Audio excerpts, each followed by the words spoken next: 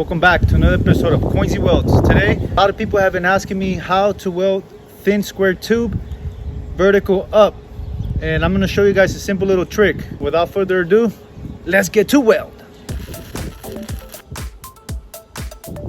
Here come the glorified tacks. So every time I'm whipping up, it's to let the puddle cool. That way the thin metal doesn't blow holes through it. Tack, go up, let it cool. Tack, go up, let it cool.